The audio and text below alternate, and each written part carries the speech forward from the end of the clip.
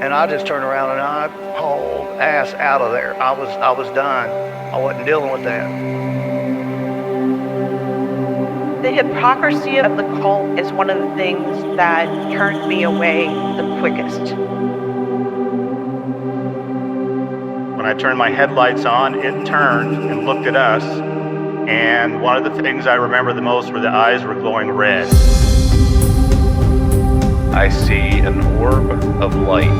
It is just circling these steps like it is waiting for me. And he begins to tell them that he saw a UFO. They're basically like, what are you talking about? That's 7 foot up on a tree, peeking around it, and that's where I saw the top of the muzzle, nose, and the eyes. As soon as I made eye contact with this thing, it felt like death. Welcome back to Tinfoil Tales. I'm your host, Brandon Wright. Tonight's episode, we're going to be joined by my guest, Leigh Thatcher. Leigh has had some experiences in life with UFOs and some other things that he wanted to come on here and share with us. So I'm definitely looking forward to talking with him. But before we bring Leigh on, if you'd like to be a guest on Tinfoil Tales, there's a couple things you can do. You can send an email to tinfoiltalespodcast@gmail.com, or you can go to tinfoiltales.com and go to the contact section and send me a message that way. Both ways works. Just make sure to reach out and we'll get something scheduled for a future episode. And just so everyone's aware, I am booked out pretty far. So if you would like to be on an episode, you need to hurry up and try and send something. That way we can get you added to the schedule. Otherwise, it's just going to be continuing to be further and further out before I'm able to get new guests on. If you would like to help the podcast out, please continue to share it around. Word of mouth is the best way of helping the podcast grow. It's been doing that pretty well here lately, so I definitely appreciate everyone out there who's been sharing it. Wherever you listen to Tinfoil Tales at, whatever episodes you like, make sure to share them. It does help out. You can also help by leaving a 5-star rating and review wherever you listen to Tinfoil Tales at. So if you're on Apple, click the 5 stars. On Spotify, wherever you're listening. It's definitely appreciated. You can become a member of the Patreon. There's a free tier and a paid tier. The paid tier is only $1.99 a month, but you get early access to all of the episodes, and they're all ad-free, so up to 2 months worth of episodes early. You also get access to Crinkle Conspiracies, the podcast is exclusively on the Patreon. And finally, make sure to follow me around on all the social medias. But now it is time to bring on Leigh. I really hope you guys enjoy the conversation. So sit back, relax, and enjoy the show. I'd like to take this time to welcome my guest tonight, Leigh. Thanks for coming on here and talking with me. Thanks for the invite. There's a little bit of a time difference. I know you're about 5 hours ahead of me, so trying to work it in here so you're not up till like early in the morning. But no, I've got a cup of coffee, so I'll be all right. No, I definitely appreciate it. Do you want to let the audience know a little bit about yourself?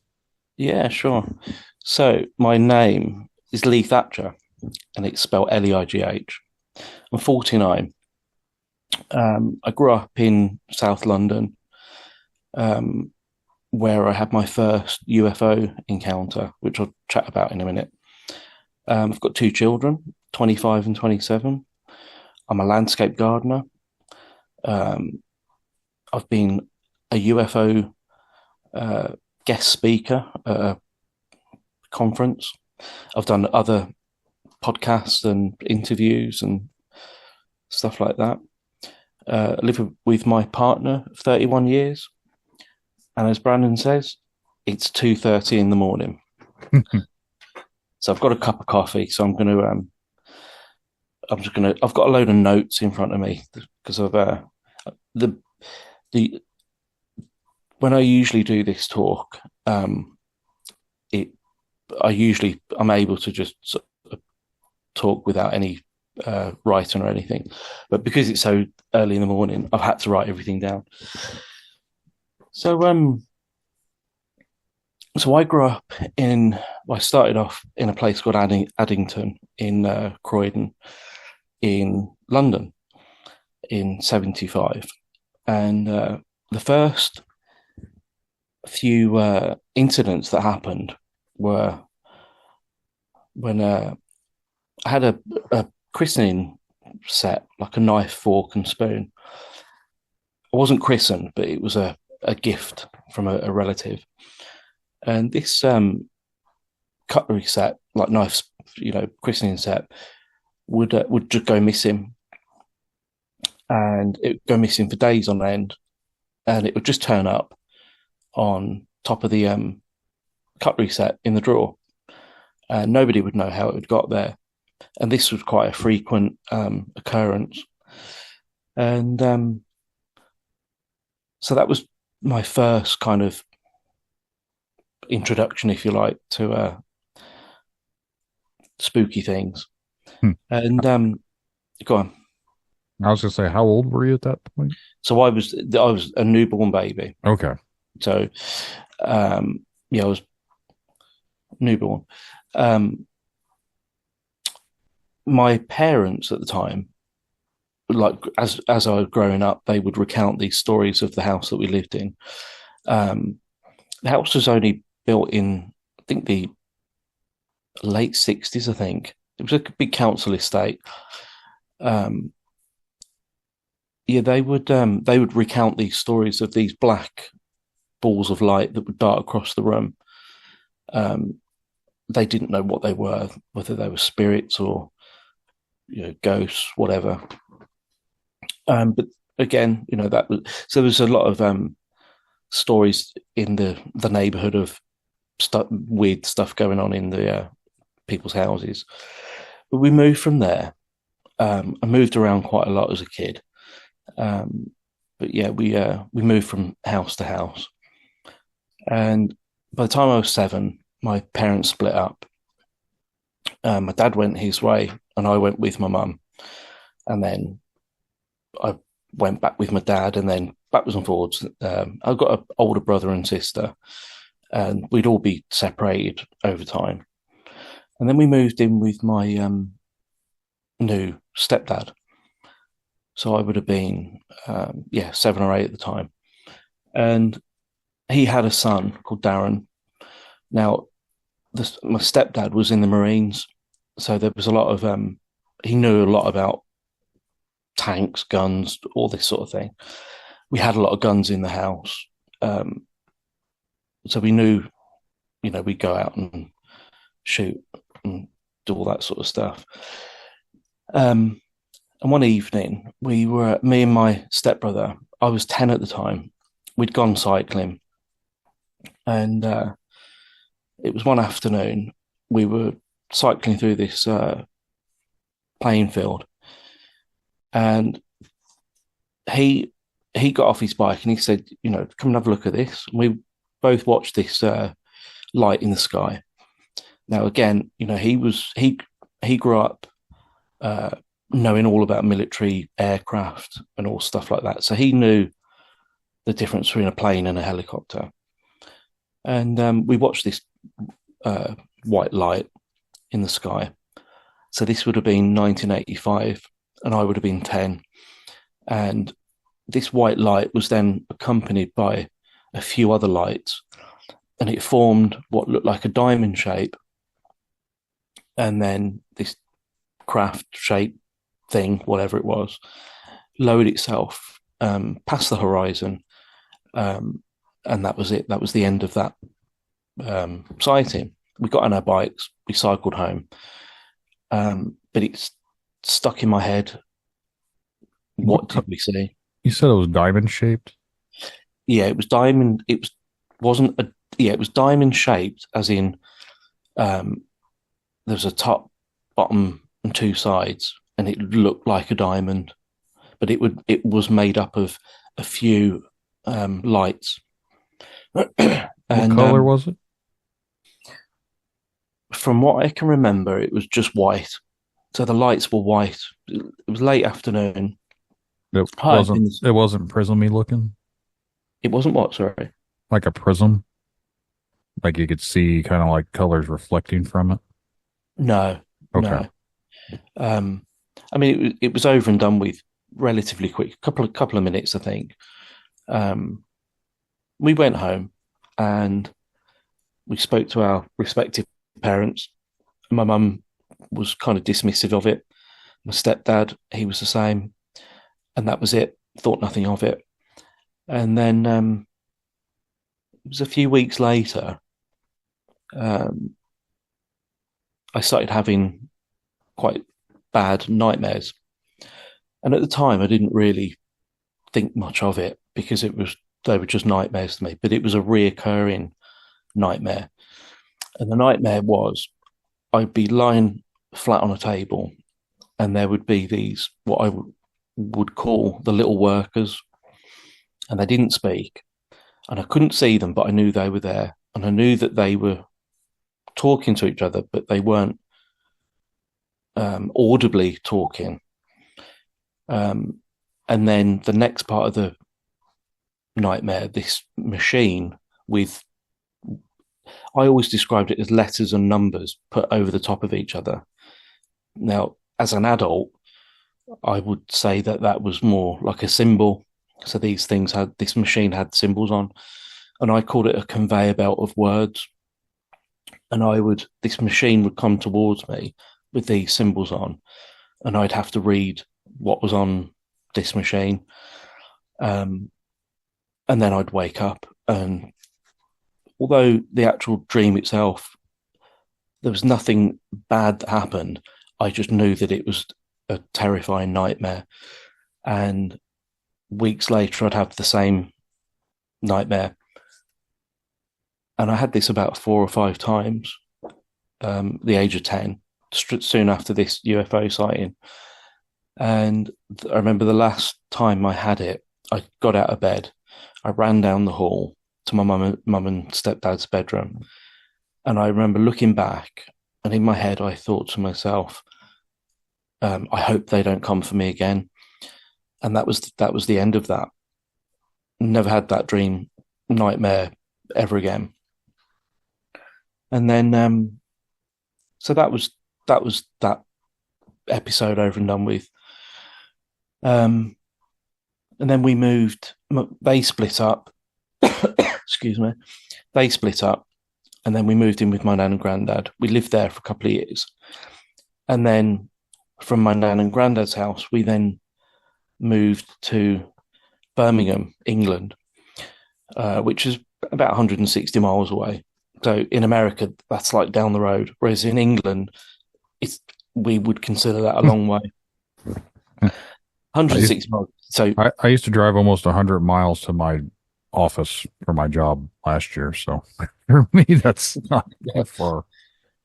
Yeah, as I say, in England, 160 miles, 200 miles is considered like a questionable journey. Let's put it that way. So we moved to Birmingham, and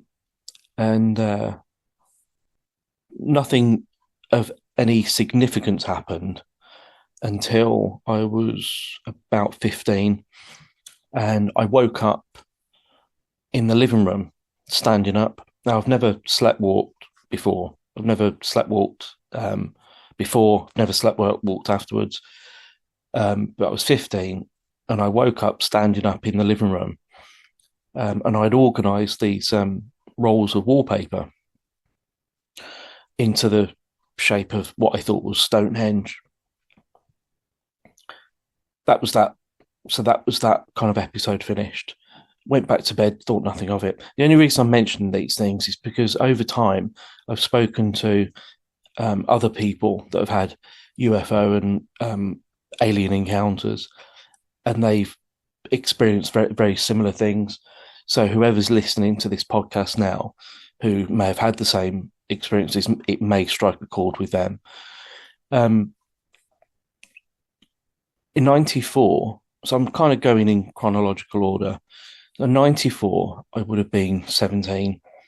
I was at college, and I met my partner, Lucy. She was 15, I was 17.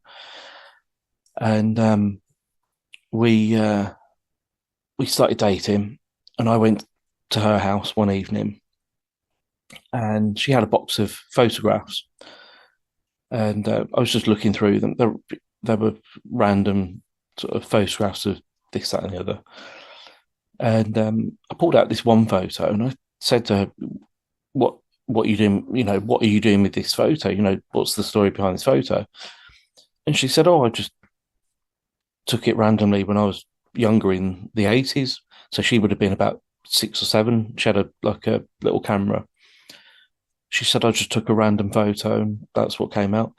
And I said that this is in the photo was my sister, my aunt, and my nan. So how, if you want to go down the road of synchronicities, if you like, that's probably the biggest synchronicity that I've experienced. I don't know if I've explained that story well. So if you imagine I've come up from London to Birmingham, which is 160 miles away. I've met this girl. She's got a photo of my family that she took randomly. And I took the photo back to my family and I said to them, can you just clarify who these people are in the photo? And they all said, that's your sister and your aunt and your nan. And I told them where the photo come from. And even to this day, we can't quite work out how that actually happened. But we then moved in together. We finished college. We moved in together, and we moved from flat to flat and house to house, and we kind of bummed around different places. And we ended up in this one flat, and it was one evening. So we're talking probably 96 by now. 95, 96. We were, I was asleep on the settee, and she said that the room had changed frequency. And she said this black, while I was asleep, so I didn't witness this. This is Lucy that had witnessed this. This black mist shape just came into the room, moved through the room, and then out the other end. And then she said the frequency just went back to normal. It was as if she described it as the room was just changing channel, as if it was like a radio. That kind of, I don't want to interrupt, but like, yeah, go on. the frequency part of it, I've always wondered. I've mentioned this several different times. Like when people see these different shadow figures or anything like that, I've said maybe they're seeing something from a different plane of existence, different reality. So maybe that she felt the frequency change because maybe it kind of did, because this thing vibrates at a different frequency than what we were normally seeing. Yeah, I totally get that. Yeah, if ever you speak to anyone that has had UFO encounters, you often find that they will say that there's a change in the kind of atmosphere around them, as if it's like a byproduct of.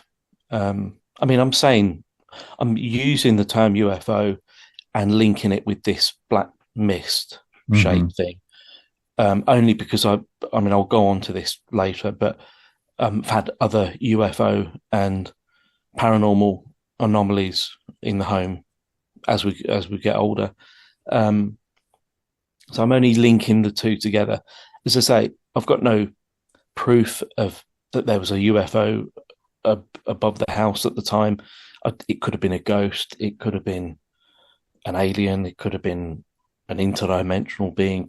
I don't know what it was. But then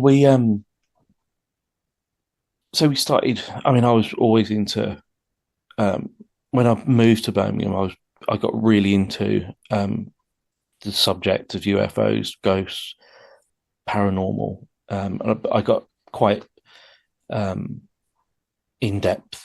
Went right down the rabbit hole, as it were. This is years before the internet and mobile phones, and so it was all books and conferences and things like that we used to go to. And then I went on a camping trip with a couple of friends, and I'd had this really vivid dream of standing outside my tent, We'd gone camping in Wales, and we'd had our fire, we had food, we'd gone to bed.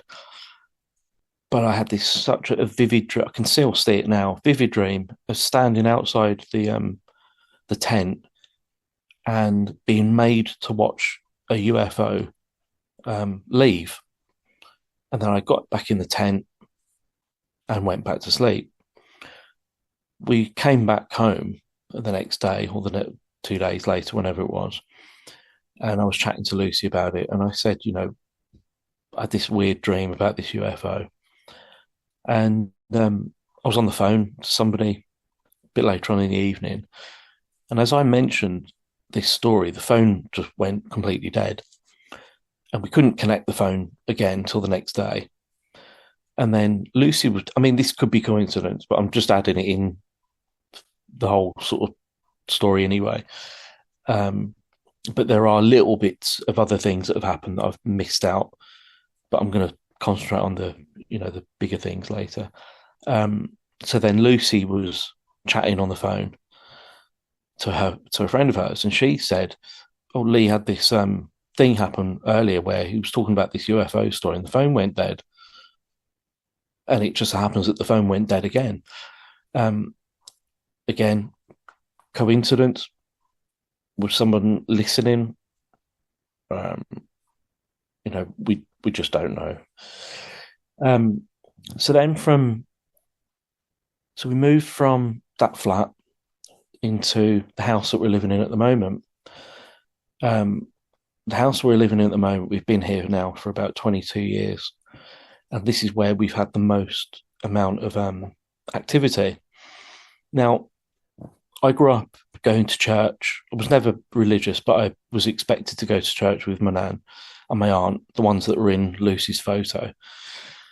I had to go, when I was sort of 8, 9, 10. Didn't enjoy it, but I kind of got a bit of a understanding about the Bible and stuff like that. When I moved to Birmingham, I kind of got more into the idea of UFOs in the Bible, and most importantly, the Book of Revelations. And I used to read the Book of Revelations, but page after page after page, and I used to try and decipher what the book was going on about. But yeah,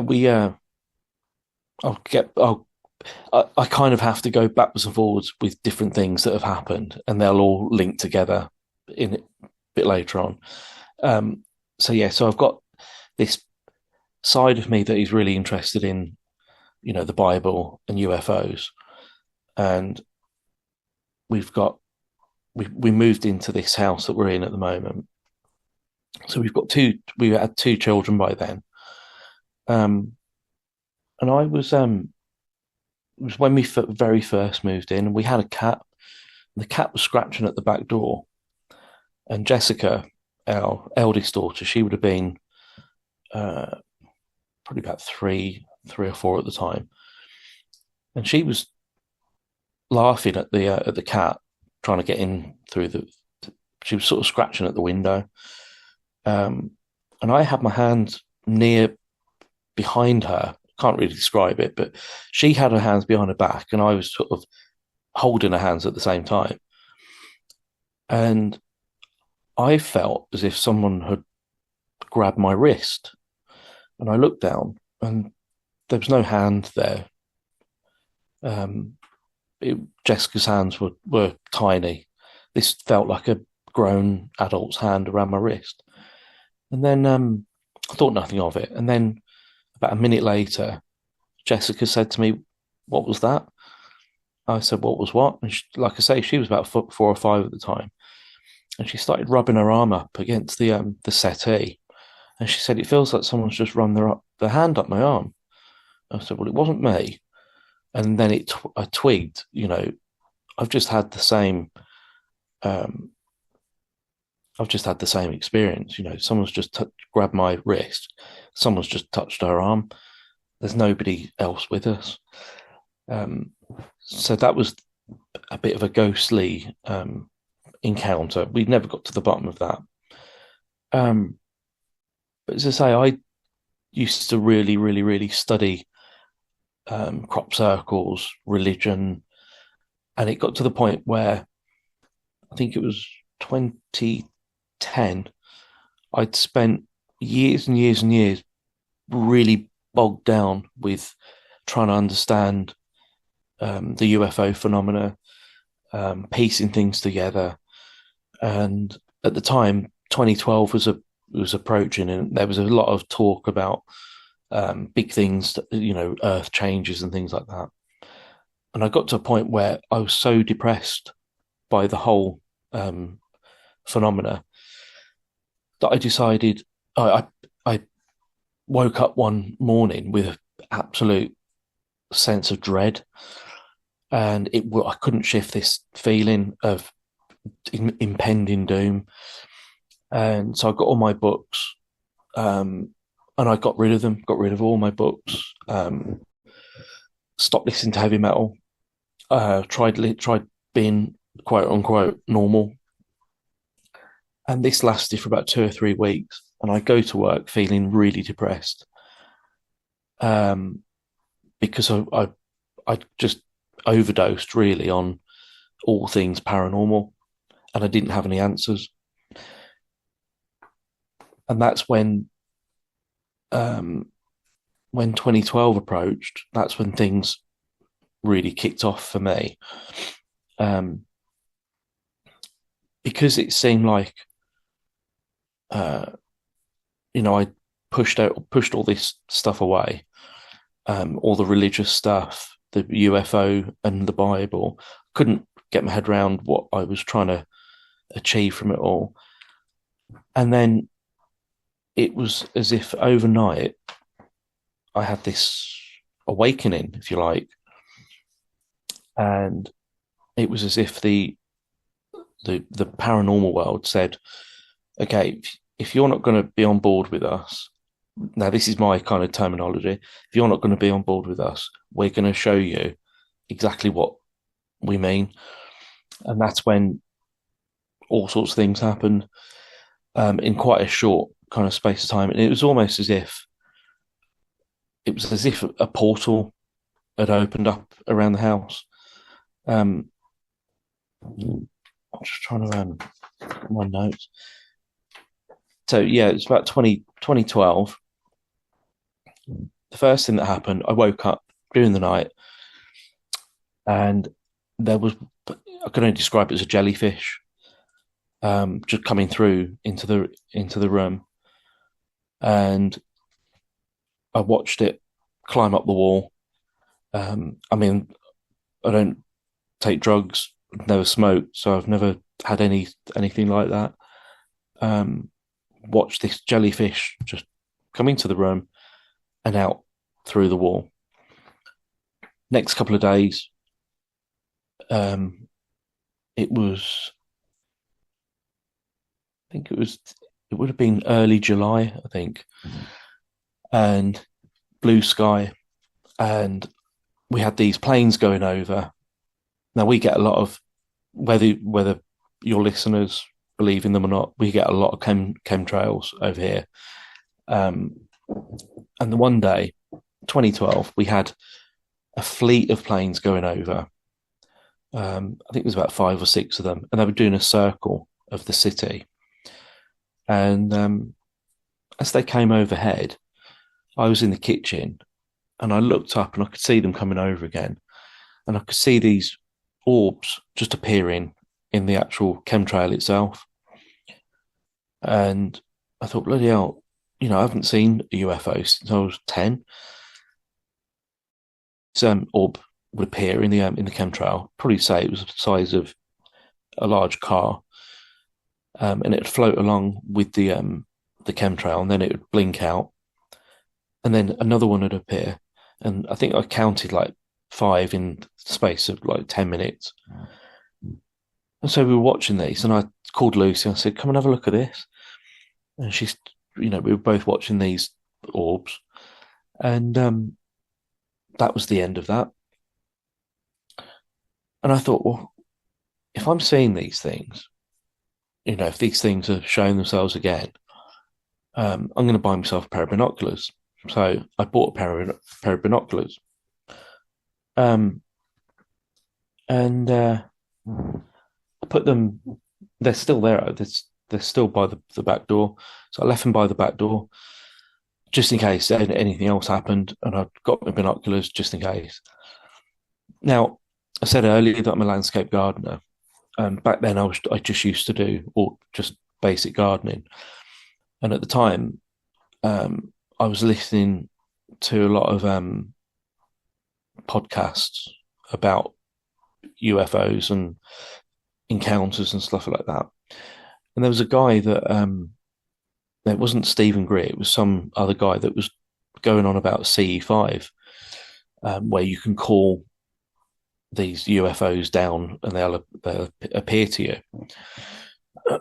And I was listening to this and I thought, I'm sure I could do this.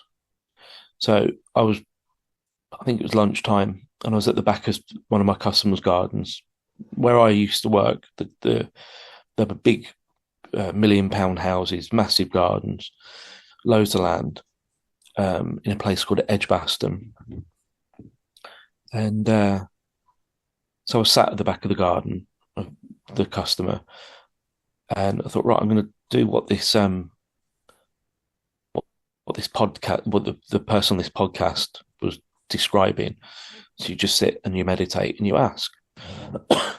So that's what I did. So I'm meditating, and my customer had gone out to play golf. So I was just sat there in the back of the garden on my own, and I was meditating. And in my head, I was saying, I'm calling out, with respect, and all that sort of spiel.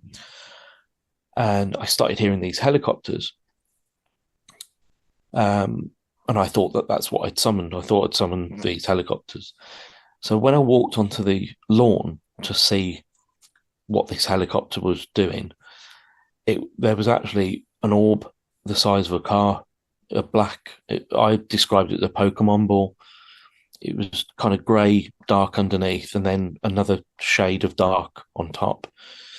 And this was quite a little bit above treetop level, above the houses. Probably, if you're looking at the clock, probably 10 o'clock as you're looking up. I don't know what degree that would be. And this orb thing was just moving towards me, and there were 3 military helicopters just circling it. And the whole thing was dangerous because it was above. There's a reservoir nearby, Edgbaston Reservoir. There should have been a lot of witnesses to it. I've never read any accounts other than my own. And this, what I described as a Pokemon ball, was moving towards me. And these military helicopters it looked like it was ushering or bullying this ball away so it couldn't come anywhere near me. So I'm stood there. And of course, I didn't take a photo of it, didn't take a film. I had my phone on me. I don't think I had an Ericsson phone. I don't think it had a camera on it or anything like that. But even if it did, there was no point. I didn't even think to take a photo of it. So once that had finished, that had all moved back into the sky away from where I was. So I'm stood there dumbfounded. So I phoned Lucy up and I said, you'll never guess what I've just seen. I went to explain what I was seeing, and she said, before you go any further, she said, who's on the phone with you? And I said, there's no one on the phone. I'm on my own. And she said, I can hear voices on the phone.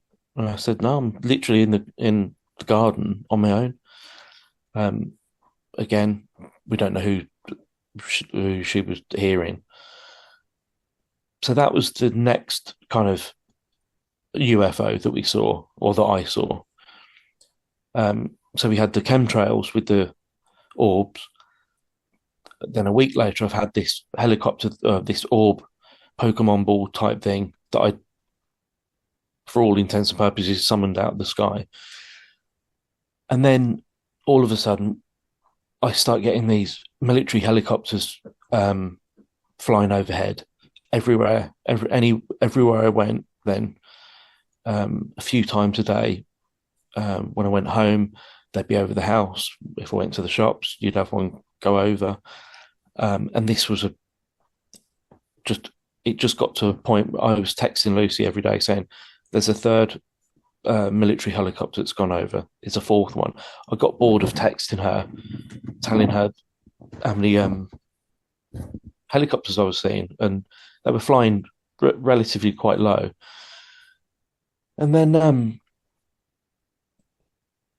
so we, says that again, this is all happening in the summer of 2012. So a couple of nights later, we were dancing in the living room. We were having a drink, and we were chatting to somebody on Messenger, and they were in America. Now, I used to be part of a crop circle Facebook group, and I'd befriended a few people from that. And this woman was part of that. So we were chatting to her. It was late at night. So if we're, say, 10 o'clock, it would have been probably 6 o'clock there. So we're dancing around, and everything was merry. And we said, should we wrap it up for the night? Should we go to bed? Yeah. Okay, so we agreed we'll go to bed. So we shut everything down. We said goodbye to our friend. And we walked into the hallway to go to bed. And there were these two orbs in the hallway. Now, these orbs were, one was head height, the other one was ankle height. And they were pulsating. One was red. One was blue. One was orange. And they were, I can only describe it as pulsating, like fizzing. They were like fizzing really quickly, pulsating and fizzing. And I, I knew that we'd had something to drink, but we both stopped. And Lucy said, "Are you looking at this?" And I said, "Yeah, I can see this." And then they vanished. And then we just went to bed. We didn't think anything of it. And when we spoke to our friend the next night from America, I said, "Oh, we had this experience last night when we went to bed." And she said, when I switched my computer off, she said I saw an orange orb in the living room. Now she was, she lived in America. We're in England, so I'm not quite sure where the link is with her seeing an orb in her living room and us seeing these flashing orbs in our hallway. Anyway, that was that. We put it to one side, and then I was hearing this animal. This animal noise was all within the same kind of time frame. I kept hearing this. It sounded like between a dog and a cat kind of growling and meowing at the same time, but it was kind of faint and it was coming from the hall. And I kept hearing this every other night. And I didn't really say much to Lucy about it until she said to me, "I keep hearing this noise." And I said, what does it sound like? So she told me that she keeps hearing this animal noise, this between a cat and a dog, growling and meowing at the same time. And I said, "Well, I keep hearing the same thing." And we couldn't really work out what that was. And we'd gone to the cinema, Lucy and I, and we'd left our youngest daughter. She would have been about, I'm going to say 12 at the time. About 12. between 10 and 12. And she was with a friend. Lucy and I had gone to the cinema, and Lucy's phone kept going off while we were at the cinema. And I said to her, turn your phone off, watching the film. And she said, it's Neve. Neve's our youngest. She said, it's Neve. She keeps phoning. She said, I'm going to have to take this phone call. So she went out and she came back and she said, you're never going to guess what she's just been telling me. And I thought she was going to say she'd made a Ouija board or something. And she said, no. She said her and her mate are shit scared on the settee because they can hear this animal in the hallway and it sounds like a cat and a dog, but they can't work out what it is. And they're absolutely terrified. So we had to cut the film short and come home. And we kept on hearing it, for weeks on end. And we'd go out into the hall. We still couldn't work out where this thing was coming from. Another afternoon, we were playing badminton on the field, and we were wrapping it up at about 5-6 o'clock. The sun had gone down, and we both noticed the sky was really weird. There was a grid. You could see a grid, and it was like a ghostly grid that was just hovering, like coming in and out of existence, if you like. It was really faint, but now I knew that it wasn't the rays of the sun because we've lived here we'd lived here enough years to know what the sun looked like coming down when it was setting. This was a grid high up in the sky, and we were kind of wondering if some kind of portal had opened and things are coming in, things are coming out, things are we'd had this.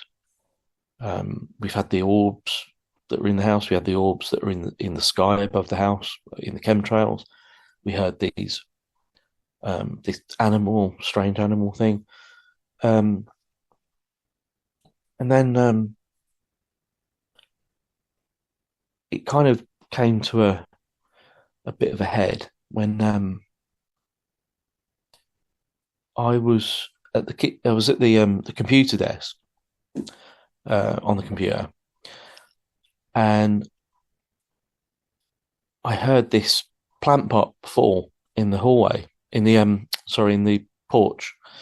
This plant pot just fell randomly, and I looked, and in my head it was like a trigger, and the trigger was, go outside, you're going to see something. Now, right in front of me were my binoculars that I'd bought previously from a couple of weeks ago when we'd seen the chemtrails. So I took the binoculars, I went outside. Like I say, I was told in my head, it was like a telepathic message, whatever you want to call it. So I'm looking up at the sky with the binoculars, and I can see this line. So the sky's blue, and there's clouds, faint clouds all the way around. But there's a big patch of blue sky, and I'm just looking with the binoculars, and I can see this line. Looks like a little line, like way up in the atmosphere, and it's coming down. And obviously, as it's coming down, it's getting bigger and bigger. And the only way I could describe it, this thing, whatever it was a caterpillar. Now, this caterpillar, I call it a caterpillar. It came down, and it was just below cloud level. So I'm not quite sure how high that would be. But anyway, I've got this thing in my binoculars, and it's filled up the binoculars. You can see everything, every detail. Now, this thing was made up of orbs stuck together, and they were red and white. And at the end of this caterpillar were these two hooks, and the hooks were kind of pivoting. They were moving back, like, around. And and the top of the caterpillar was like a big ball, but it was in a cup. And the ball itself, the head of this caterpillar thing, had horns. And this thing was, the head of this thing was moving inside what looked like a cup. And it was luminescent, so it was glowing from the inside. And it had what looked like protrusion, like arms, but like made up of more smaller orbs. And this thing was writhing around, and it looked like a caterpillar caught on a thread. That's the only way I could describe it. And this thing was writhing around. Now, this was on the 15th of July.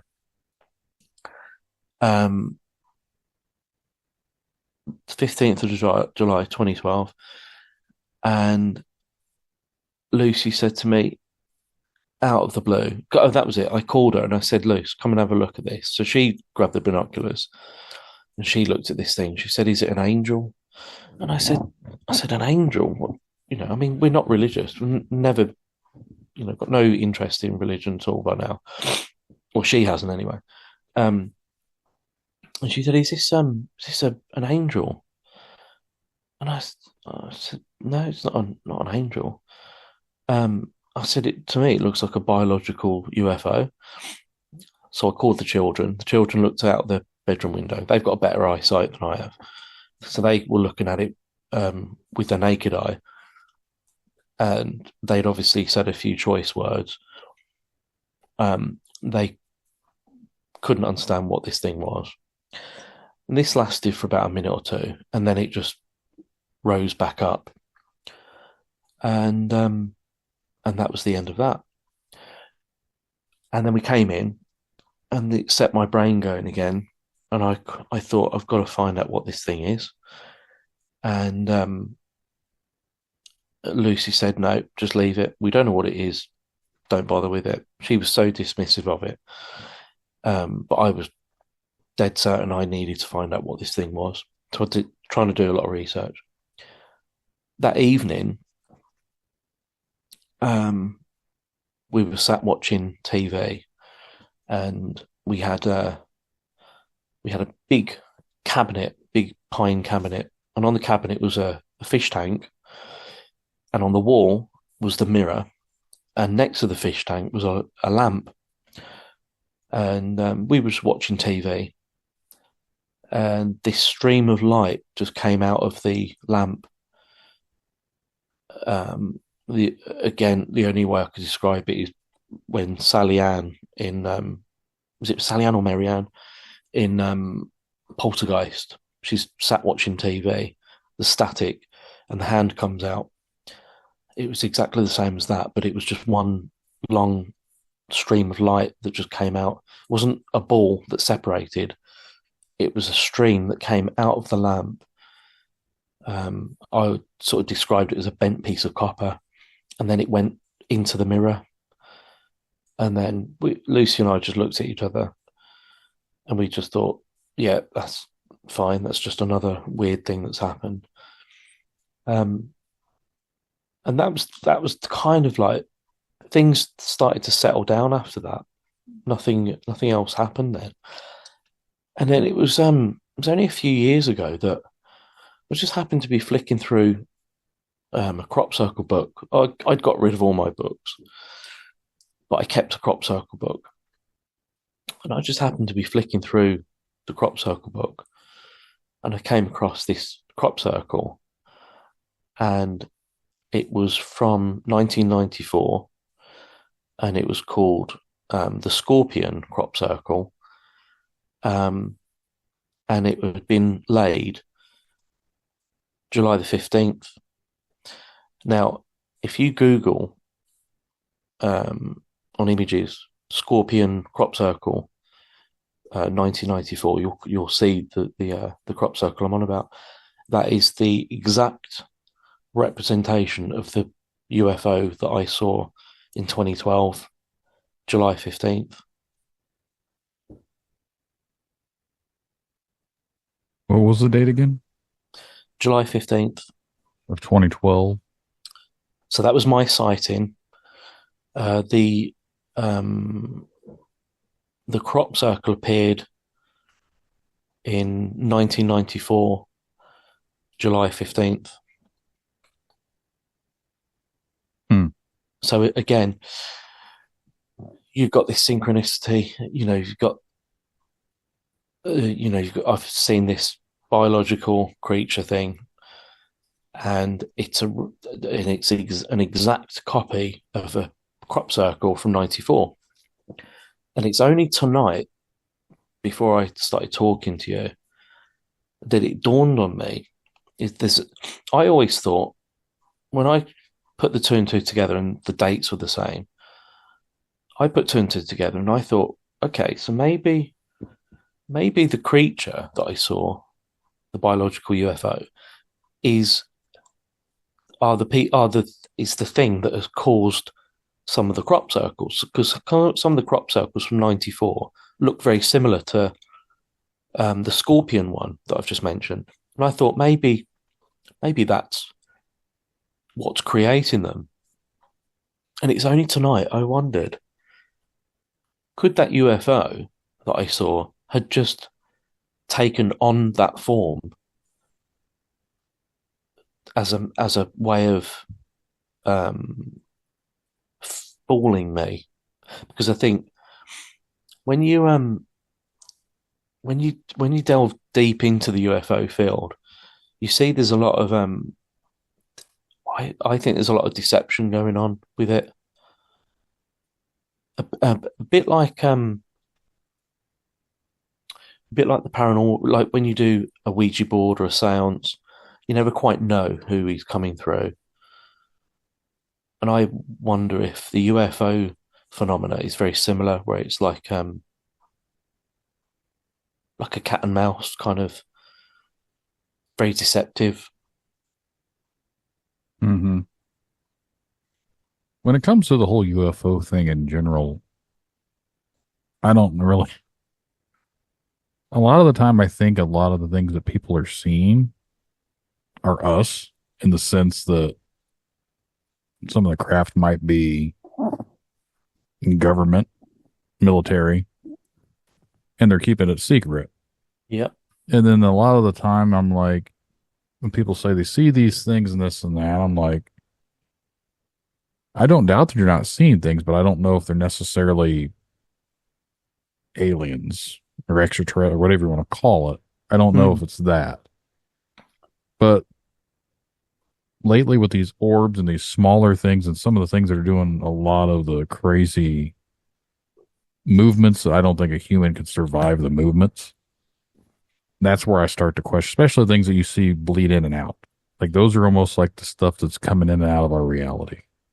Well, if you think about it, if you remember the story that I said about when we went into the hallway and there were flashing orbs, if you lived in Ireland 56 years ago, they would be considered fairies. If you lived in Scandinavia, they'd be considered goblins. But because we have a bit more of a understanding of UFOs and stuff like that, we associate it with, well, I associate it with UFOs. So it's almost like a cultural thing. Mm-hmm. Although there was no form to these orbs, they were pulsating. When you look at pictures of, Victorian pictures of fairies, they often appear to have what look like sparkles of light. They often sparkle. And I think I often wonder, are what our ancestors have seen, when they've called them fairies, are they actually part of the UFO phenomena? When you have fairies that take children away. In England, a lot of old houses, you'll have a shoe, like an old. I think they used to put a girl's shoe in the wall at the top of the stairs. Mm-hmm. And what that was to do, that was to fool any goblins or sprites into thinking that there was a girl there, because it was often the boys that were taken. This is old English folklore, and you can still find these shoes and the stories behind these shoes. People believed that strongly that their children were going to be taken away by these spirits or these, fairies or whatnot. But then if you think about the alien abduction scenario, it's almost like the same story, but with different characters. The alien abduction you'd have these small creatures come in and this is sort of what people have suggested.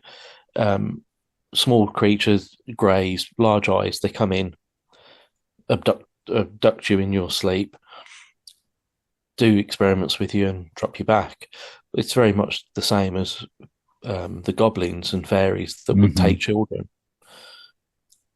So what I'm saying is are we just catching up with what folklore has been telling us all along? I've had conversations with others too, and I've said it multiple times. I think a lot of this stuff is related one way or the other. Like when it comes to UFOs, when it comes to Fae, when it comes to even paranormal, they're encrypted, like the things that we're all experiencing. What if it is all connected in the sense that it's all from this different existence that we don't normally see, but that's what comes over into our reality? We're calling them aliens, we're calling them demons, we're calling them whatever. What if it's all one and the same? It's something from a different frequency, a different plane of existence that we can't normally see or interact with. Yeah. My question then would be, is it the individual that is causing these things to be attracted to a home, or is it something else? Is it the person, or I don't know. A lot of people that have experiences seem to have a lot more experiences than the average person. Like if just from doing this show, and I've said it, and now that I've said it, to me, it's like I kind of go back on it. But originally, I always thought when people had all these fantastical stories, I saw a UFO. Well, I also saw this, and I've got paranormals. I'm like, well, how is some person having all these experiences? It makes no sense. Why would you, what makes you special? Yeah. And the more and more I've looked into it, that connection is there. Oh, so, gotcha. Yeah. So my perspective has kind of changed in the fact when people say they've had all these experiences, I don't necessarily just write it off, because maybe they are having all these experiences. And again, like you said, is it the person? Well, this is why I said to you right at the beginning when we saw this. When Lucy saw this black figure come through the room, and she said the frequency changed. Mm-hmm. That's why I said earlier on whether there was a UFO around, or if there was some kind of interaction that we didn't know about, and that was a byproduct. If you take a fighter jet and you fly it at the speed of sound, or just over the speed of sound, you have a sonic boom. That's a byproduct of the plane interacting with the atmosphere around. And I wonder if, because I've watched quite a lot of Most Haunted and ghost investigations and things like that. And there was a particular American one years and years ago, and what they realized was that the house that was having all this activity, the house was wired in a particular way where all the wiring was kind of going in a loop. I know you have a ring main for you downstairs and the same upstairs, but the particular way this house was wired meant that they were suggesting that it was almost creating a kind of vortex, which was attracting these experiences. So I'm wondering if, the propulsion of a craft has the same effect on the atmosphere, which then the byproduct of that is it opens up these kind of portals, rifts in time, however you want to say it, and lets these things come through. Mm-hmm. It's weird in the last few years how more and more people are starting to lean this way. And I don't know if it's because of podcasts and people are listening to stuff like this and their minds are more open to it, or are we possibly all just starting to tune in more to that? Because I feel like 10 years ago, if someone would have said something like this, most people would have still thrown you out, called you crazy or whatever. But today, it's not so out there. When all this happened in 2012, I started getting messages from people that did podcasts and who did run UFO groups. And I was asked to be a guest speaker at quite a well-known UFO conference in London. So I went and did that. And I always remember it was my first proper big talk, if you like. And I think I went into a lot more detail than what I've done tonight. But the one thing I said, and I always remember starting it off, and I said, what I'm going to tell you, if somebody told me, I probably wouldn't believe it. And that's how I used to start my talks. And I think the thing is, I think over the years, there's more platforms for people to talk.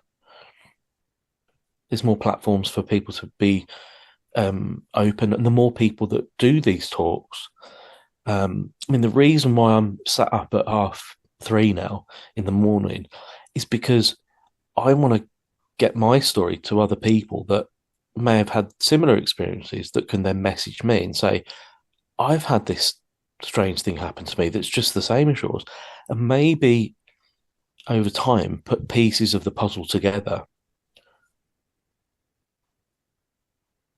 I think there's so many puzzle pieces out there that we're only getting bits and pieces. I listen to some other podcasts and they've said it the same way I just kind of did. We're all fed little pieces, and I think there's a lot of us trying to take these weird pieces and put them together for this big puzzle. Yeah. And we're still missing a lot of the pieces. I think when it comes to maybe the government and what the government know, I would recommend not even bothering to pay attention to what you think the government knows. I would pay more attention to what the average Joe down the street is talking about on these podcasts. That's where I think the phenomena is kind of real. That's where you're going to get the real stories from. The problem with we have it here on mainstream TV now, where years ago they put a story out on the news, and it would always be accompanied with X-Files music, and it wouldn't be taken seriously. Whereas now they're kind of almost owning a narrative. So what you'll find is that what you see on the mainstream and what the government tell you is a narrative that they want you to go along with, but it doesn't necessarily mean it's the narrative of the individual that's experienced it. And I think, I've spoken to countless other experiences, and their stories are some of them are far more exotic than mine. Some of them are not quite as exotic, but they still have elements of strange things that have happened that need listening to, and with a bit of discernment, piecing together. What I was going to say earlier, though, when I was talking about the Bible and the Book of Revelations, the one thing I'd come out of this depression, if you like, And it was self-induced from, overindulgence of, the paranormal and stuff like that, as I explained earlier. But the one thing that the eureka moment was the Book of Revelations is a classic UFO abduction, which I did a radio show, like interview, and I had to go back 3 times. Well, I did it three weeks, consecutive weeks, of about 3 hours each time to try and explain what my theory was. My theory, as far as I'm concerned, makes total sense. So this whole alien abduction, alien interaction, UFO interaction, in my eyes, goes way back throughout history. It's probably something that we've always had. It's nothing new. It's not it never started in 1947. With Roswell, it was going on thousands of years before that, as far as I'm concerned. If you look into the lore of Europe, you mentioned like the Fae. There's been stories long before 47, and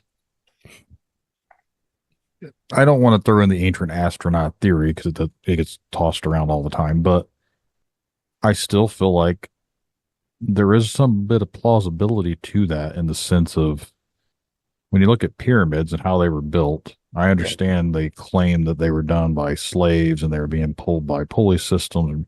Yeah. Okay, that's whatever. Maybe that's true, but how did everyone evolve to the point to where there was pyramids in China, pyramids in Egypt, pyramids in South America around the same time frame? What made everyone start building pyramids? Do you want to hear my theory, my ancient astronaut theory? Sure. Right. And I think we're seeing it unfold as we speak. We're seeing it unfold now, and I'll explain. My belief is that thousands of years ago, we've had high technology, advanced civilization. I also believe that we probably managed to go off planet, some of us at least, off planet. Now, if you think today, we've got people in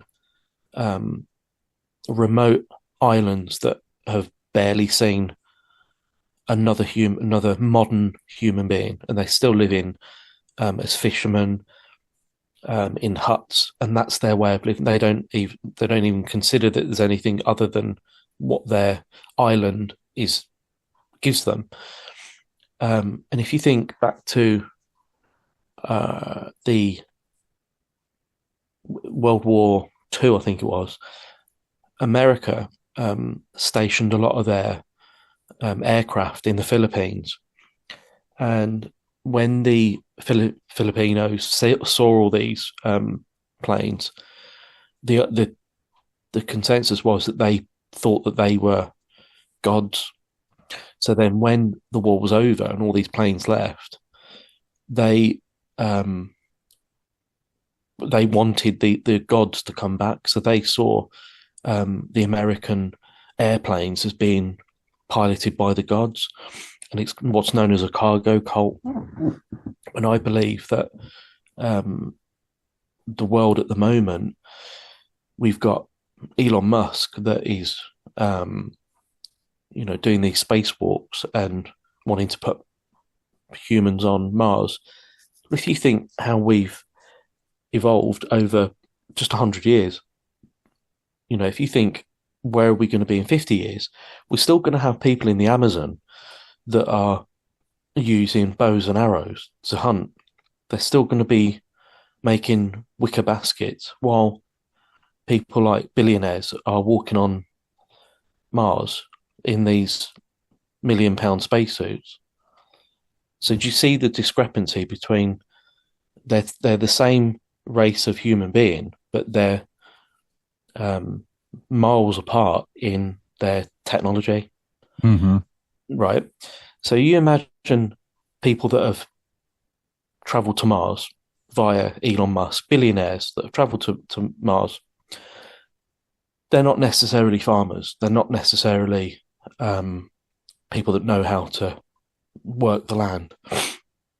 Now imagine if the world was obliterated by a comet, and let's say 90% of the planet was wiped out, and all that's left is remnants of what was there before.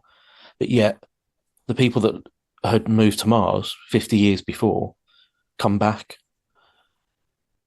they would be considered gods. Now, Right.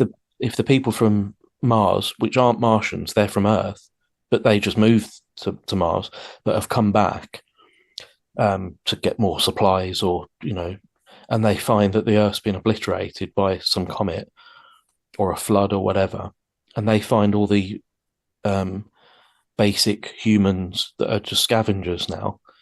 Those scavengers will see these people coming in from the sky, and they'll think that they're the savior. Now, it's human ego to use that for your own advantage.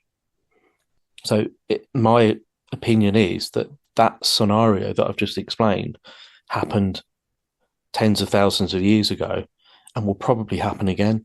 So, the UFOs that we see today may not be from another planet, but actually from they could quite well be our ancestors that have moved off planet from an earlier catastrophe. That's just my kind of theory. I've heard something similar to it, and honestly, it makes a lot of sense. Yeah. But I only start to wonder, and this is where it goes back to when people say they've been abducted, when the descriptions that they give of what they see. But when you hear people talking about the Nords, the Pleiadian, whatever you want to Yeah. pronounce them as, they're described like us. Yeah. So that's where I struggle with it, because obviously I don't know.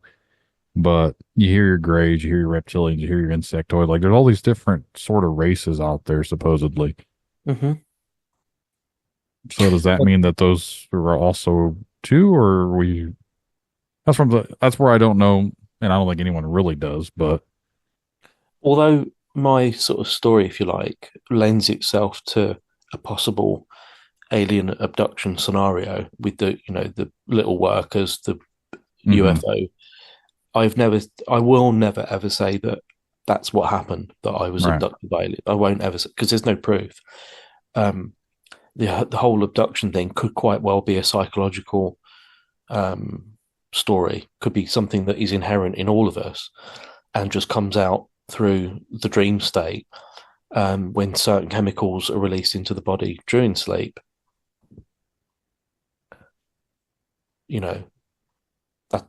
That's another possibility. Mhm. But the only problem with that theory is that you have people that have physical and multiple witnesses to things that have happened.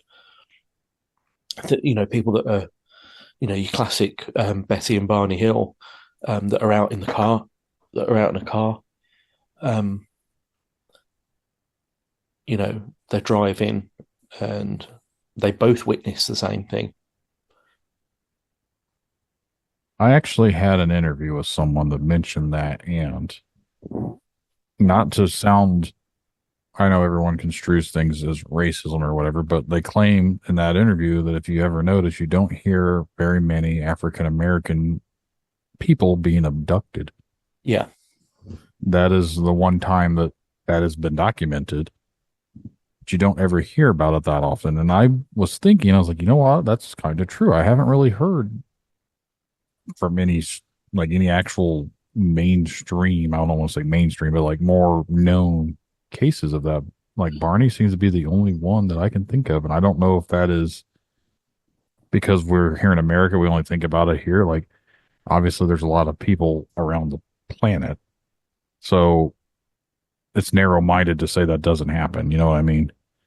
But just for like cases Now- I've actually heard about, I haven't heard anything about anyone else, at least in around America, that it's happened to. Now that you've just mentioned that, like I say, I've listened to countless podcasts of interviews with people that have claimed to be abducted and had UFO encounters. Now that you've just mentioned that, they're all white people. Mhm. I can't think of any black man or woman that I've ever listened to. It's always been. Is that because they haven't come forward yet, or is that just the demographic of the UFO encounter? Which is weird in and itself as to why they would only want white people. You know what I mean? Like that doesn't make any sense to me either. Like Yeah. I look at it in the sense of what we do now. Imagine if you're out on a boat and you're trying to tag a shark. What they're going to do, they're going to tag it, pull it up there, they look at it, inspect it, and then release it. We do that with almost every sort of animal. So if these beings are actual beings, kind of in the same sense of what they're doing with us, maybe they're picking us up, checking us out, tagging us, releasing us, and see what we go on and do. Now you've heard the horror stories of where they do the hibernation or the all that other like taking babies or whatever for God knows what reasons.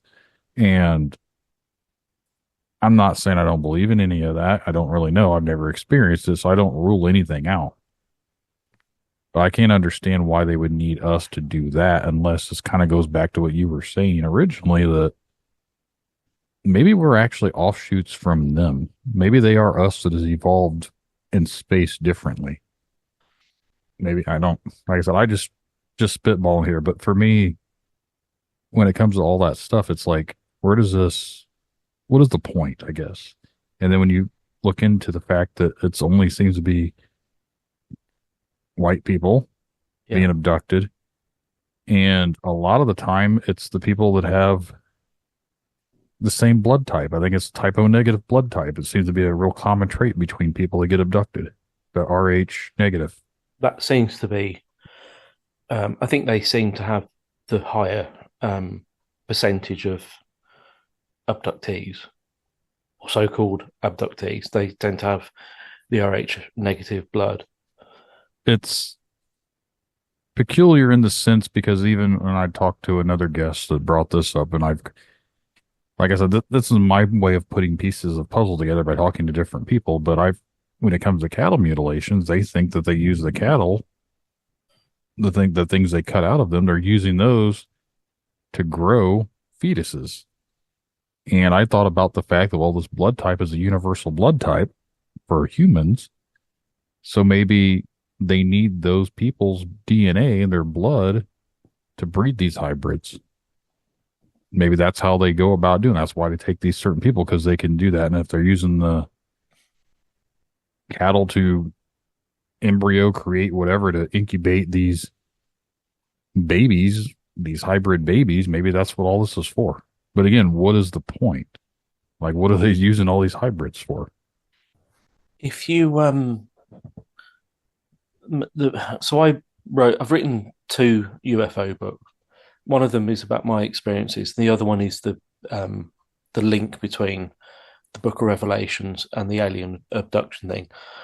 The one thing that you notice in the Book of Revelations is that it's the return of these gods that come and make the world a better place, shall we say? And if you read David Jacobs' work, he used to do. I don't know if he still does it. I think he's probably in his 80s now. He used to do a lot of regression therapy for abductees in the late 80s.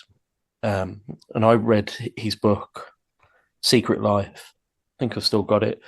Back in the early 90s, and all the accounts that he uncovered, he uncovered this whole hybridization program where these women were being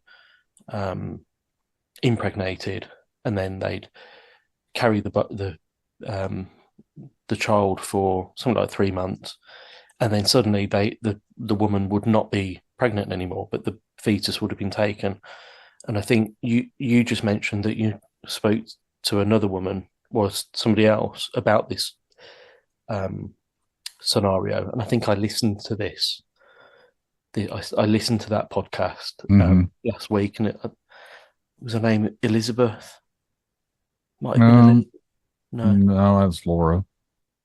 But yeah, if you read David Jacobs' work, Secret Life, he describes how these women go under hypnotic regression.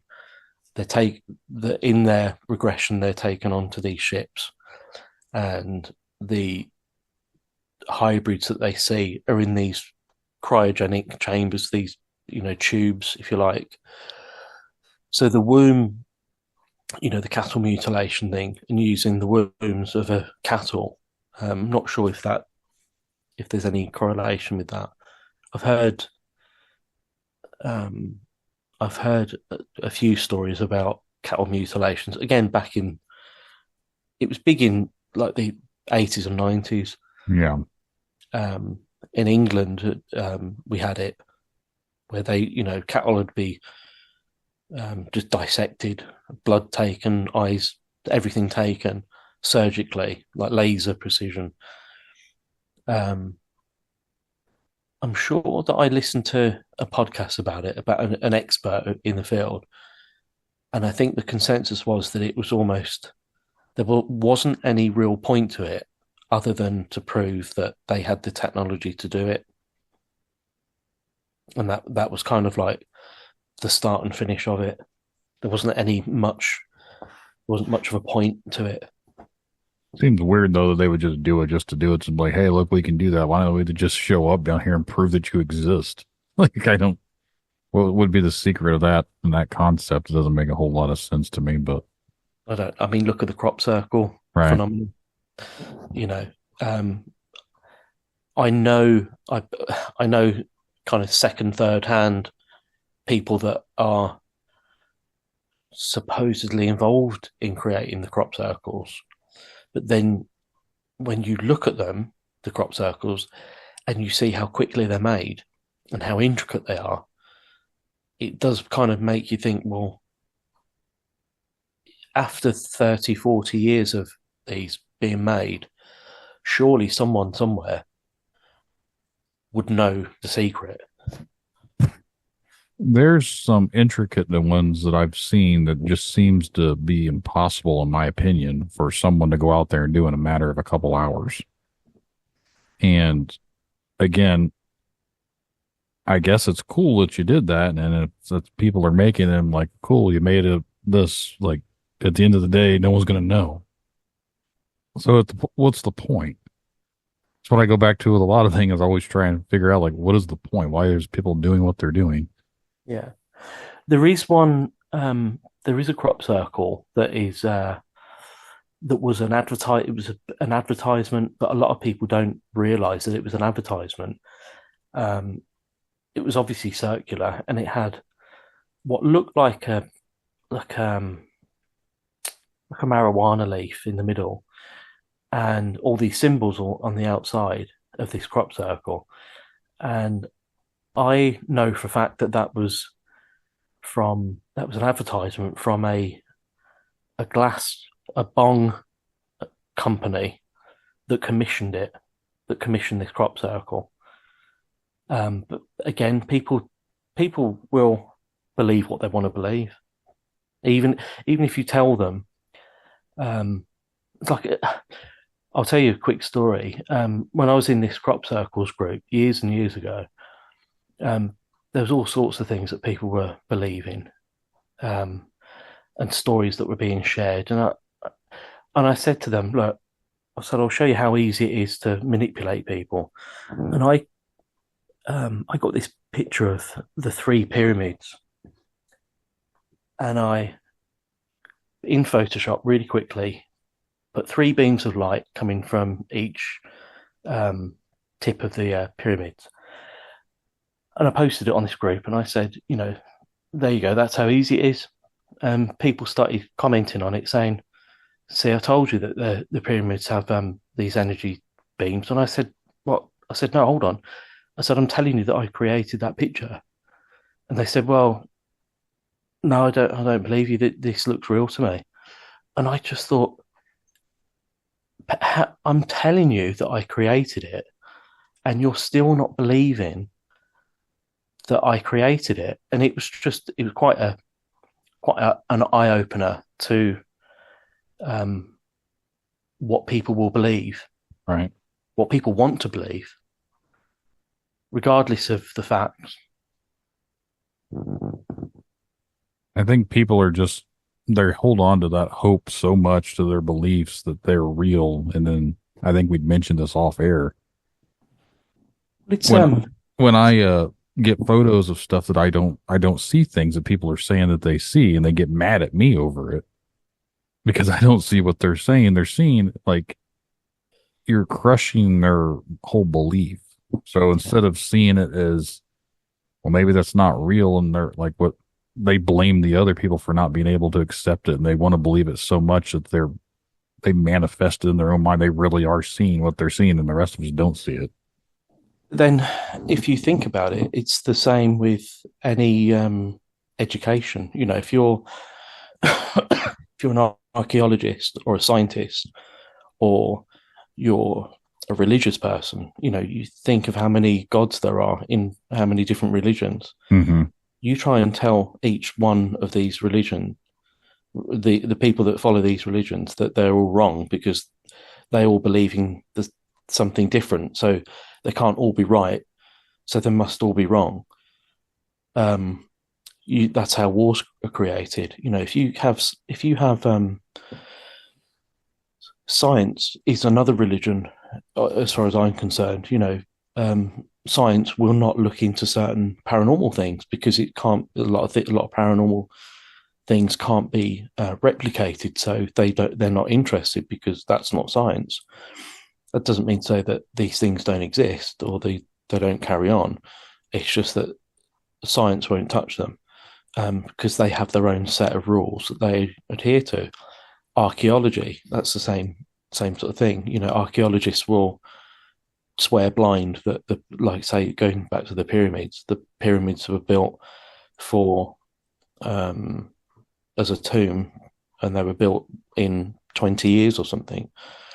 And then, you know, you do the maths on how many blocks are there or in each one, and it works out that you'd have to be quarrying each block, cutting it, shaping it, and moving it into place, I think once every 2 minutes, if you go along with what archaeologists tell you, you know. But yet you get people like Graham Hancock that come along and give them a bit more of a different perspective. They're not interested. You know, they vilified his Netflix work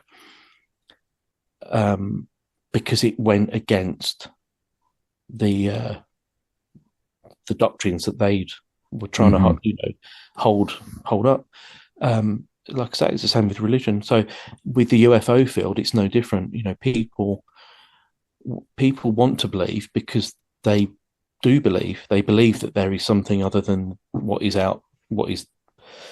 They believe that there are, you know, more civilizations out there, which is fine. But there's no real proof of it. You can believe it as much as you like, but there's no proof. There's no proof that there's life on other planets.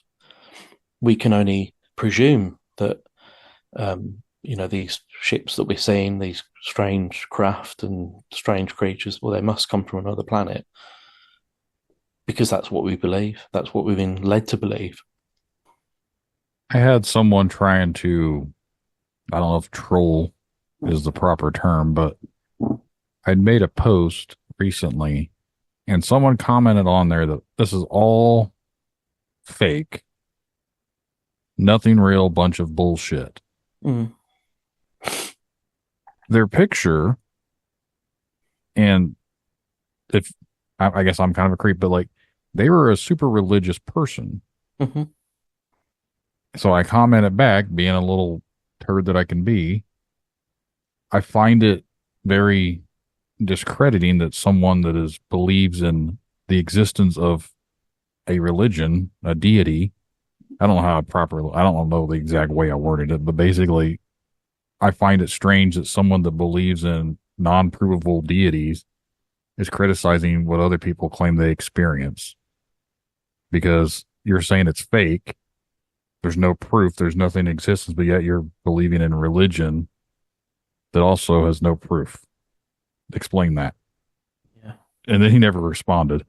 I'm like, well, why are you coming on here to talk shit to me and then can't back up a legitimate question? The only thing that I will call out are CGI videos. Right. There's a lot of, if you work with CGI, if you work with Adobe After Effects, you become very CGI then becomes very clear when you see it. Mm-hmm. And it's the same with AI. I can pick out an AI picture very quickly. Other people can't. And, you'll get into these fracas with people because they're hell-bent on withholding that this picture is real. And I'm saying to them, it's not real because it's AI. You can tell that it's AI. And they're, no, it's not. You're working. I've been told that I work for the government because I could too. Because you kind of you just have a little bit more knowledge about something, and people don't want to look stupid. I've got a Facebook it's called UFO discussion group, and I set it up about 10, 12 years ago when I had all these things happen. And I only set it up really for other for other experiences. And there was about 300 people on there for quite a few years. And I only wanted people on there that had a story to tell. And then I started getting this influx of people that wanted to join the group. So I thought, okay, I'll open it up to other people. And there was one guy on there who dismissed everything. And I kept getting messages from the other people in the group saying, why haven't you kicked this guy out? Why are you letting him say that this is all rubbish? And I said, I'm keeping this person on. I said, because we need people like this to challenge what we believe. If you're not challenged by a belief, then you're then in an echo chamber where you're just surrounded by yes people that just agree with you. And there's nothing outside of that to say, well, what about this and what about that? And I don't believe this and I don't believe that.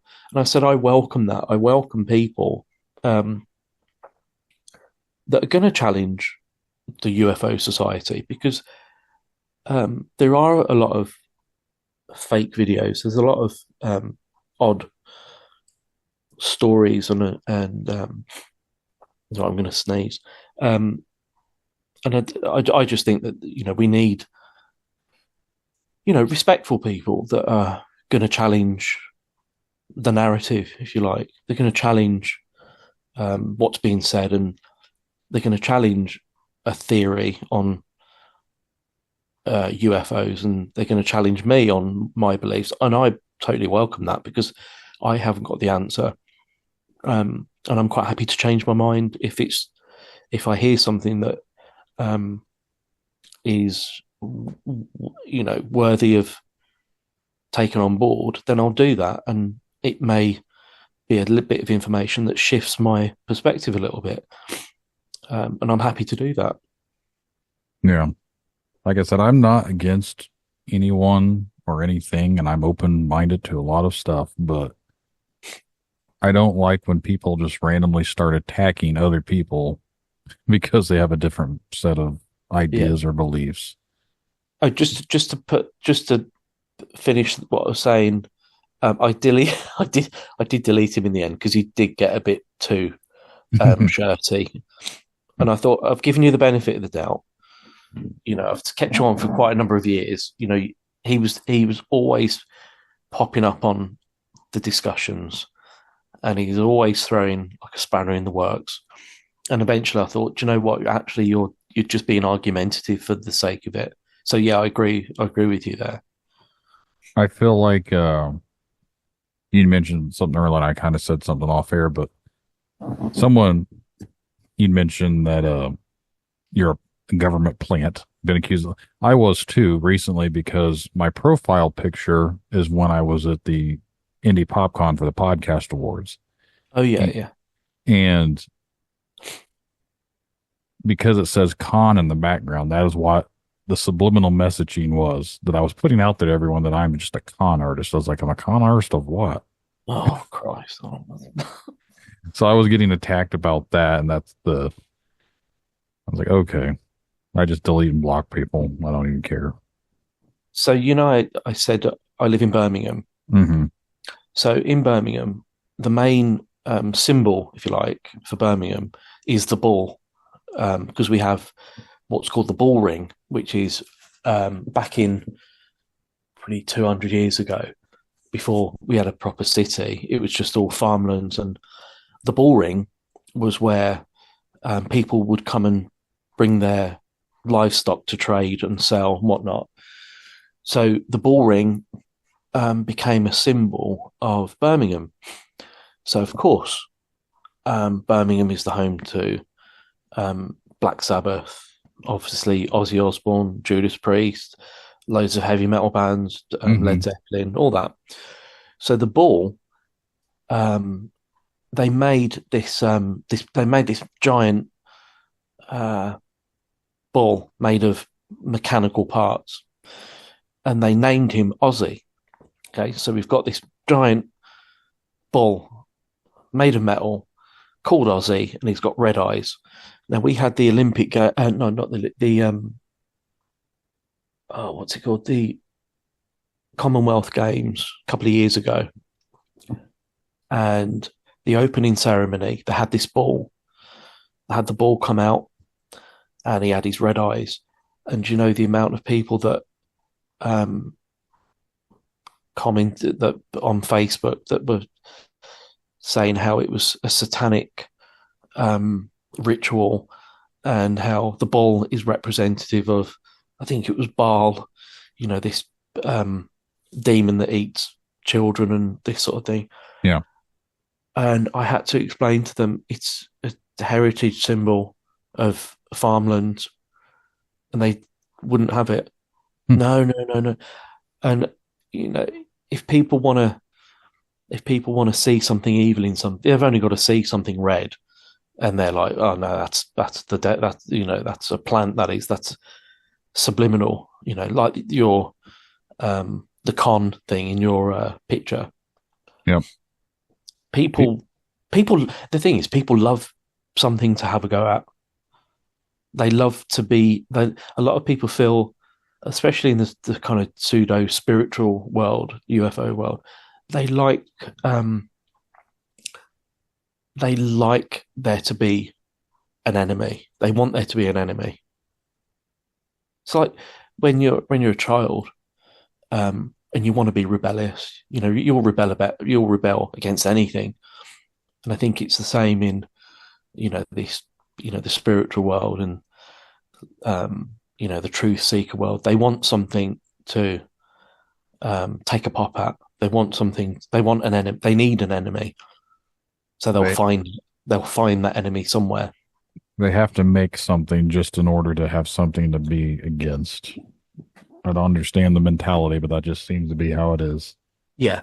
And the problem that people like myself have is that when you try and explain this to people, you then become the target, and you then get accused of working for the elite, and you're one of them, and it's like a circus. I've realized in the last 2 years of actually being involved in these communities, and I'm not even involved. I'm just a guy that talks to people every now and then. But I see it from the outside looking in. It is nothing but a giant shit show. Yep. Yeah. I see nothing but drama. I see nothing but people backstabbing, arguing, fighting. Everyone has their own truth. And if you don't agree that it's the truth on their end, then you're an enemy. And I don't know. Sometimes I question why I bother. I guess I questioned everything else too. So I even question my own sanity sometimes of why I continue to do what I do. But here I am. I think you're doing a good job. Well, I appreciate that. Yeah, I think you're doing a good job. And the thing is, I mean, you're you're going to get people. Like I said to you off air, for every 100 people that you interview, there's going to be someone that's going to strike a chord, that's going to shift your perspective, in a different direction, which will make you question, even more.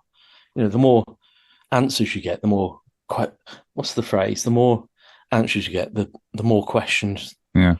Basically, the more answers that I've been looking for, the more questions I come out with. Yeah, exactly. Yeah, I've said that a time or two. I was like, I started this wanting to find answers, and I've been left with more questions than anything. Yeah, it's like what I said to you. I mean, there's loads of little stories that I didn't add in this talk that we're having. Lots of little things where, like for instance, when there's quite a few times over the past sort of 15, 20 years that I've come away from the UFO community, and I've just wanted to live a normal life and just, watch crap TV and just listen to just shit music and just be quote unquote normal and just do normal things. And within a week or two of shifting my brain pattern, I'll have some kind of experience where I'll see something or something will happen that will draw me back in. And it's as if they say, you're not going anywhere. Not until you've done the other thing that I failed to mention is when I was a kid growing up, I always felt as if I had a mission to do something within the UFO world. And I think the more people you talk to that are experiencers, if you like, you'll find that they all have a mission. They feel that they have a mission to accomplish. And I feel like my mission was to do with the Bible and the UFO connection. And so I've done that. And it's like now I don't need that validation. I don't need to see UFOs. I don't need to have that interaction anymore. I know a lot of people that they're still chasing, this thing. They're still, doing the C5 protocols. They're going out and they're trying as hard as they can to capture that elusive, flashing light in the sky. I just hope they're not paying $10,000 for dinner with Stephen Greer. No. I'm pretty sure I said that on the last episode I recorded too. The people that I know, I don't think they have 10 pounds to spend on anything, let alone 10 grand. That again, if you're, I used to run a remote viewing group as well, a number of years ago, and I think I charged, I think it was about £4 or £5. Because what happened was we started to get odd bods that would just sort of rock up and wouldn't want to be part of the group, but they'll be part of the group, but they didn't know what the group was about. And we thought, right, we need to have some kind of, we need to charge people a minimal amount just to show that we're doing something legitimate that isn't just weeding people out free for all. What? Sorry.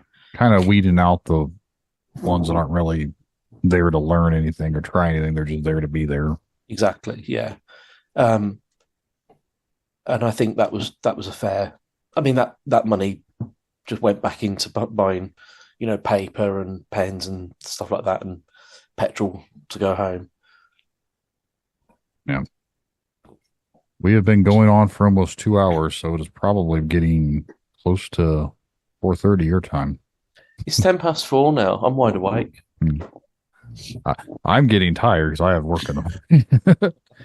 I've But gone no, past that. I've gone past that stage now. you've got past the stage, yeah. Yeah, I'm going to keep you awake now. You can try, but I've got little kids I've got to deal with here soon. My son is very much a daddy's boy, so when he wakes up in the middle of the night, I am the person that he screams for. So So it's got to be. It's got to be what 10 past 11 now where you are, isn't it? yeah, it says it's a 11:12 p.m. Yeah. So I'm usually in bed by 11. Yeah, I'm usually in bed by 11, but yeah. So I got to get up and I'm up in about 5 hours from now, 5 to 6 hours from now. I usually am awake, but honestly, he decides to wake up usually around midnight. For some reason, he wants to get up out of his room, and I have to go get him and bring him into bed. So by the time I get in there, he'll probably start screaming for me. It's just how my routine goes with him. But we can probably go ahead and wrap this one up if there's not much else you want to talk about. If there is, I mean, I'm good to go. It's just No, I mean, I could fill in a lot of blanks, but I think, if your listeners want to get in touch and, find out any more about little bits that I've missed, or if they've got stories that they want to tell me that I can kind of piece together, if they're similar to my experiences, then feel free. if you want to send me any links or anything you have or email address or however they can get a hold of you, I'll make sure to leave that in the show notes. That way anyone listening can reach out to you. Well, if like I say, my name's Leigh Thatcher, spelled Leigh. If you just see some long-haired guy, you won't go far wrong. It's a girl spelling as well, so there's not many Leigh Thatchers of the You'll find me if you just type my name in. Well, Lee, it's been a pleasure talking with you. Yeah, it's been really good. Thanks for having me on, Brandon. Not a problem. And for anyone out there listening, just wanted to say thanks to Lee and thanks for listening, but we're going to head on out. So good night, everybody. Good night.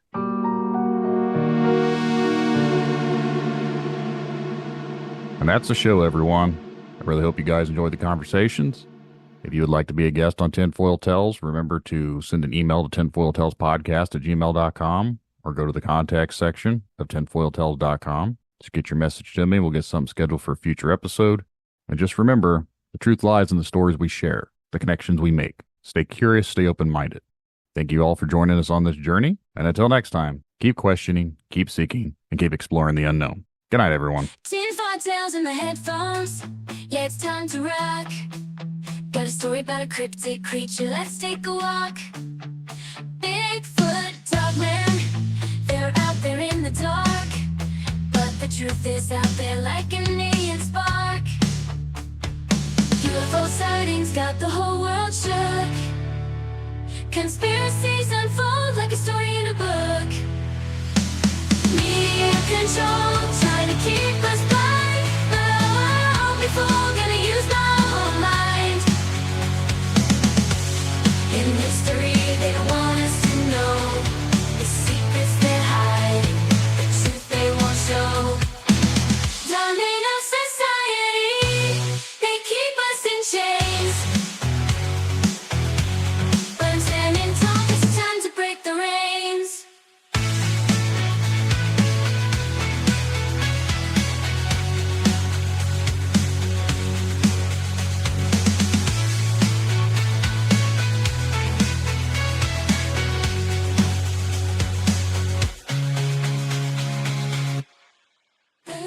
Control, trying to keep us blind. But I won't be fooled, gonna use my own mind. In history